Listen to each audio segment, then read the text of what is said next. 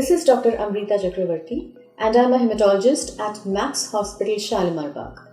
I see all kinds of blood disorders, cancerous and non-cancerous blood disorders, including bleeding and clotting disorders as well.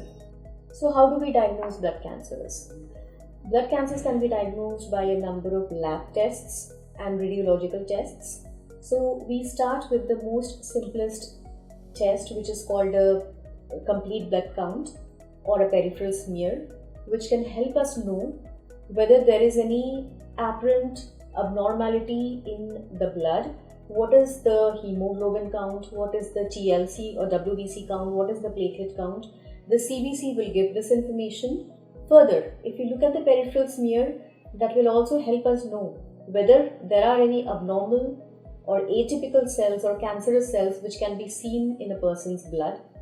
Moving on further from this, we can then do a bone marrow test to confirm our diagnosis or sometimes to determine our diagnosis, which will help us know whether there is any abnormal infiltration in the bone marrow or abnormal cancerous cells which are growing within the bone marrow. Besides this, we can use certain biochemical tests to diagnose blood disorders such as multiple myeloma. We can do some tests to determine if there are any abnormal proteins within the blood. And besides that, we can get scans done like a CT scan or a PET scan to see if there are any lymph nodes within the body which is looking cancerous or which is looking abnormal. And so basically we are dealing with blood tests, bone marrow tests, radiological tests.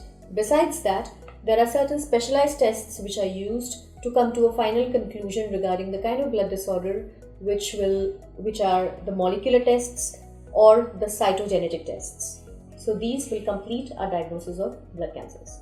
So the next question that is often asked is, what about the prognosis of blood cancer? The prognosis of blood cancer mainly depends on the kind of cancer that we are dealing with.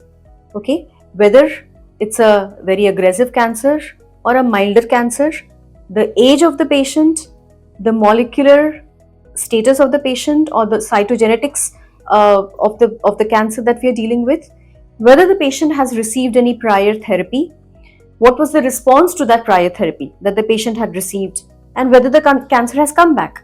And if it has come back, then after how long has the cancer come back? Has the patient undergone a bone marrow transplant in the past? And has the cancer come back after the transplant?